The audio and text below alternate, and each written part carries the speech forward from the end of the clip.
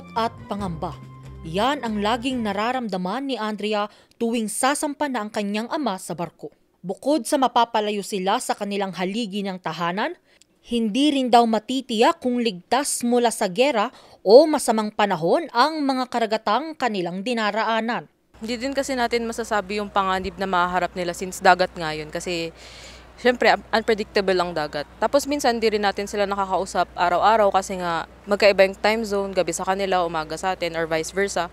Tapos minsan limited din yung internet connection nila kaya yung communication very limited din talaga. Isa lamang ito sa mga pangambang kinakaharap ng mga kapamilya ng seafarers. Kaya panawagan nila, tiyakin ng pamahalan ang seguridad at benepisyo ng mga ito.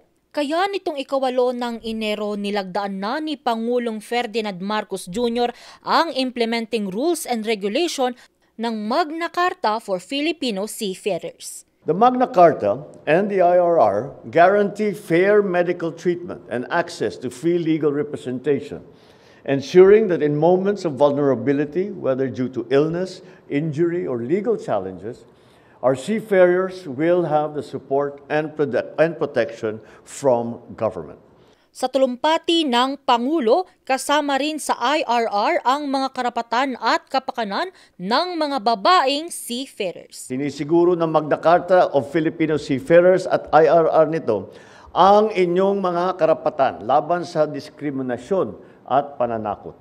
Nakapaloob din sa IRR ang mga karapatan ng mga marino para sa ligtas na paglalakbay, tamang pasahod, tamang impormasyon sa kanilang trabaho at mga benepisyo.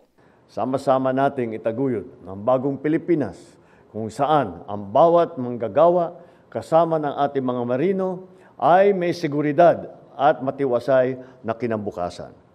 Mabuhay ang mga marino ng bagong Pilipinas! Maraming salamat po at masaganang bagong taon sa inyong lahat. Nananawagan naman ang Pangulo sa DOTR, Marina, DOLE at DMW na tiyaking tutuparin nila ang mga nakapaloob sa nasabing IRR.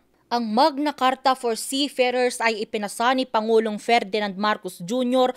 noong 23 ng Setyembre 2024. Pero kinakailangan munang magkaroon ng IRR bago ito maipatupad. Angel Arquero, RNG News.